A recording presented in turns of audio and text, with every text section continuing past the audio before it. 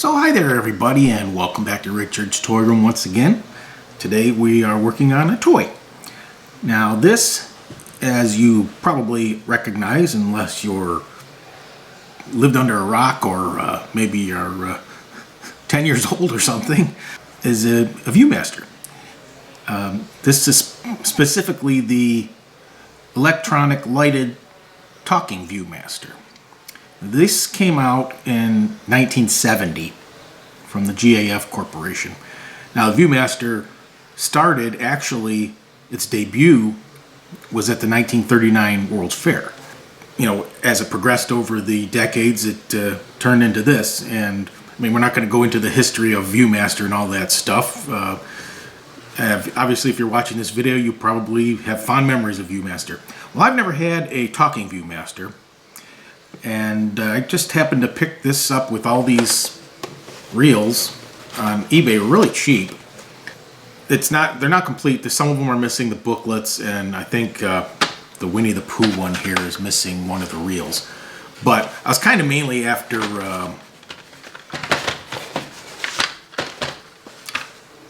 this Happy Days one and this King Kong one. King Kong one happens to be missing the booklet. But I'm pretty sure they're all the same from the ones that were not talking. So, you know, eventually maybe I'll run across an incomplete set that has the booklet or something. But anyway, so I just wanted to kind of demonstrate this. And since I really don't care about the Winnie the Pooh one that much, we'll use that as a tester. Plus, since it's missing a reel anyway. Now, I don't know if I'll be able to show you inside. I know I definitely can't show you it in 3D, but I'll see what I can do. Once I get it all working in that, I'll see if I can get the camera to look into the lens. I can't guarantee anything. I haven't tried it yet. But anyway, so if we grab a reel. Now, they look like your regular ViewMaster reel. I mean, I guess technically they are, as far as I know. Plus, these are a little dirty. They look like they need to be cleaned. But the talking ones had this little record on the back, if you can see that. It's very similar, if not exactly, like those records that are inside, like the Mattel stuffed talking dolls and stuff like that. The typical talking toy of this era. So the way this thing works is, just like a regular ViewMaster, you put the reel in the top with the arrow pointing up.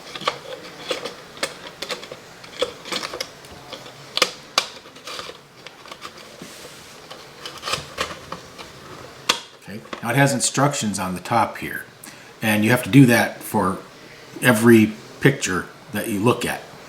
So first thing I want you to do is fully insert the reel, and then it tells you with the V on the reel. So then step 2, for some reason they're like kind of weird orders, but step 2, it wants you to change the picture like a normal ViewMaster, and then it goes to scene number 1. Now step 3 up here, there's a button on the back here, right here, this little white button. Now you push this button, and kind of maybe if you heard that little click. And what that's supposed to do is set up the record or the needle or whatever mechanism in there to play the correct caption for the scene you're looking at. And then step 4 is this sound bar back here. You press this and then it lights up and starts playing the caption. And here's the speaker down here. You can kind of see it shadowed when I turn just a certain angle there. This here is a volume control. Now, it's not very loud, but it seems almost only have like one volume. I'll see if I can demonstrate that. You may not be able to even hear it, but let's see. I'll push it in.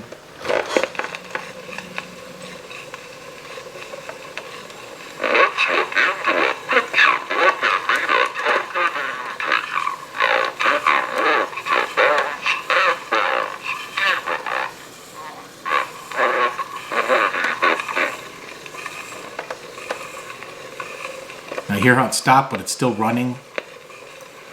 So you're supposed to do it until it stops talking.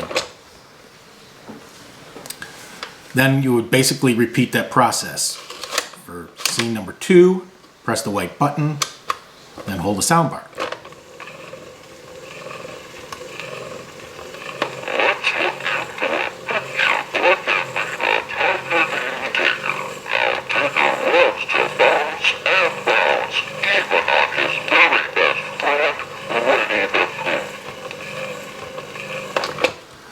Now, as you can hear, it doesn't sound very good. It's like...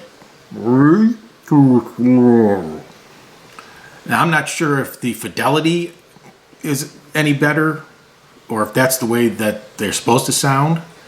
I mean, I know that it's supposed to talk faster. I know, you can't understand it, though, because it's talking too slow. I know that should be able to be fixed.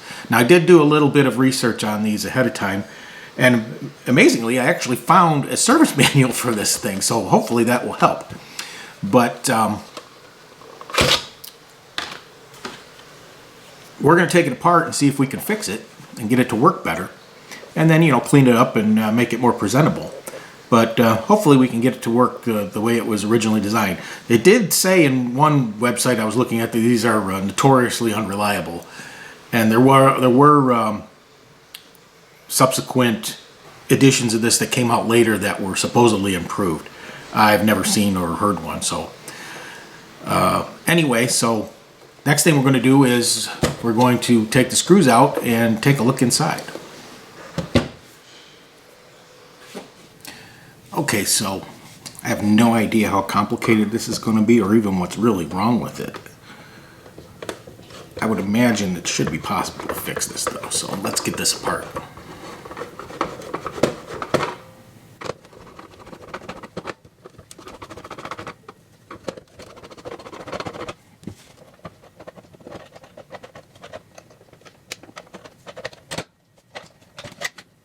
Okay, looks like that.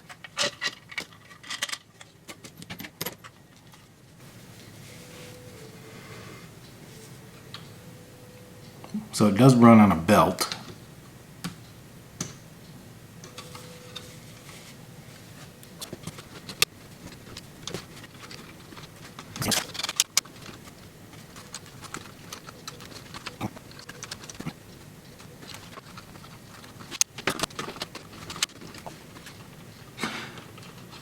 Okay, actually I'm looking in there and it's not a drive belt. It's actually an idler wheel. It's got a rubber belt on the outside of it. It does feel a little dry. And I do have that rubber renew stuff, but I could replace it with a square cut O-ring if I needed to. I don't think that will probably be necessary. It looks okay. I just can't figure out why it won't turn on with the cover off. It doesn't make sense. There's no contacts or anything in here that do anything. The only thing in there is this thing, and I think it just keeps this pushed down and maybe separates the wires from touching things. I see nothing else here. There's no broken wires. It didn't bust anything taking it apart. This doesn't make sense. It should come on. Okay, so I didn't want to waste a bunch of camera time and then have to edit it out, figuring out what was going on here. The first problem I had why it wouldn't turn on when I had the part like this is I didn't have a really good contact down here on the lower battery terminal thing. So when I finally figured that out, I got it to work. So then I tried to figure out how I could get this motor out so I could oil it and clean it. Unfortunately, it's riveted together, these two pieces of plastic right here. And I mean, I could drill it out, but then I'd have to either rivet it back together or screw it and nut it back together. And I didn't want to do that if I didn't absolutely have to. So what I did was I took this spring right here, I popped it off on one side, and that let me, this is what keeps the tension on the motor to the idler wheel. So it made this loose in here. Not loose enough to get it out, but loose enough that I could kind of move it back far enough and I could see the oil holes in the top, and then flipped it over and I could see it on the bottom of the motor. So I put a drop of oil in each hole. Then what I did was I took this rubber renew and I went all the way around the drive O-ring, square drive belt, whatever you want to call it, and I applied this stuff to soften it back up to so it's nice and grippy, and which it is now. I mean, it wasn't that bad before, but it's pretty good now. And then I put a drop of oil on the axle here for the idler, and that's about it. But I got it all back together, and I couldn't figure out why it just kept playing the same track over and over again. So finally what I realized was I misread or misunderstood these instructions on here.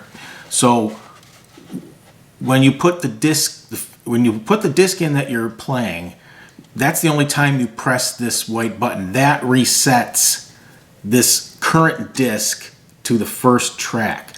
So then every time after that, let me see if I can show you. So when you click this and you change the scene, there's a little thing right here.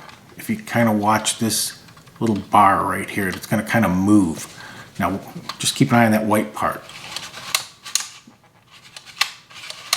You see it getting longer? Well, every time you do that, that moves the needle over to the track for the next message on the record. And I didn't realize that. What I was doing was I was resetting it every time with this button here. And that resets it all the way back to the first track. So I haven't tested it yet, but assuming that it is designed properly, it should function well now. And it does sound a lot better since I oiled all that up. Cleaned that idler wheel with the rubber renew. This thing's a pain in the butt right here.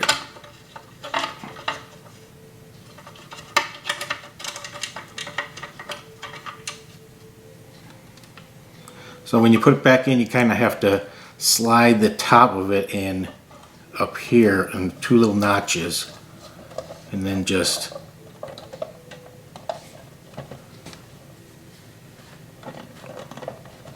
snap the two and make sure this thing's in place. It's retarded. Okay, there we go. Now there's your battery hole. So I don't have the screws in, obviously, but just for testing purposes, because I didn't want to keep taking screws in and out. There we go. Now, okay, now we're on scene 1. Press the button to reset it. Push the play button. Let's look into a picture book and meet a tiger named Tigger. Now Tigger loves to bounce and bounce, even on his very best friend, Winnie the Pooh. That's the first one. Now, I haven't tried this yet, so you're going to try it with me and see if it'll actually go to the next track.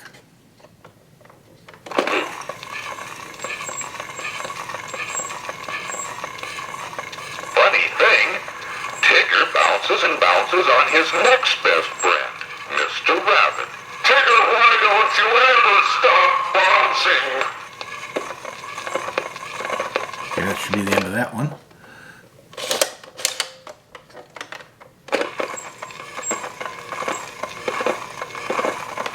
Mr. Rabbit, Winnie, and Little Piglet held a big protest meeting to stop Tigger from bouncing and bouncing. We'll take him into the woods and lose him.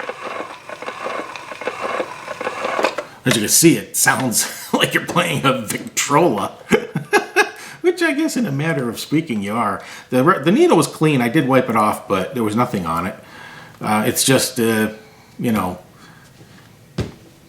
the technology, so that's what you get. But as you can see, now it is totally decipherable. You can hear all the words and everything. and it's up to normal, pretty much normal speed.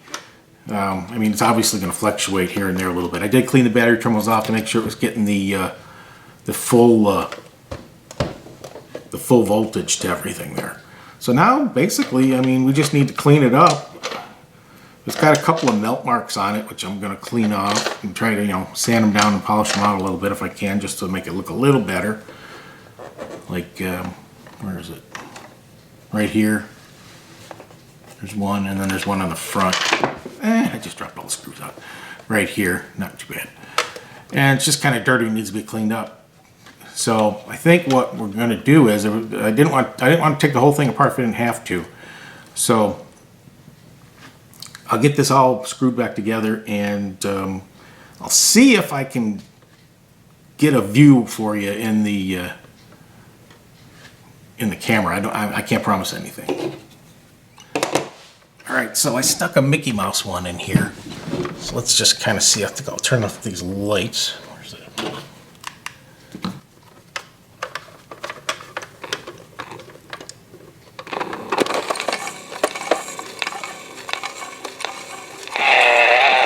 Watch out, Donald! We're coming in for a landing! Watch out yourself! This main spring has to be fixed!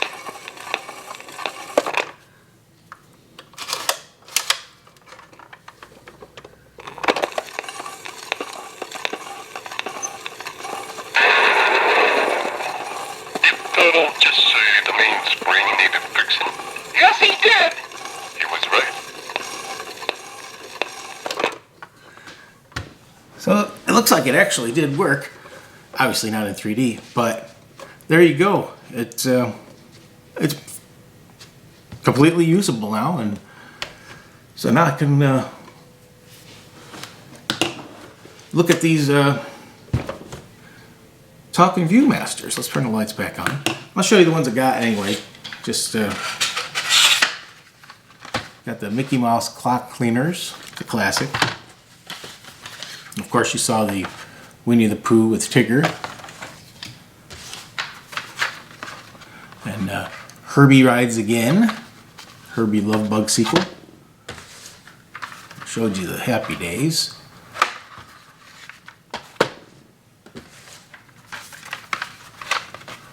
The Aristocats. King Kong, the 70s edition version. And Donald Duck with Chip and Dale, and I forget who else is on here. I think there's a Huey, Dewey, and Louie or something. Or anyway, I think it's 3 different Disney ones on that. So there you go. Fixed. 1970 Talking ViewMaster.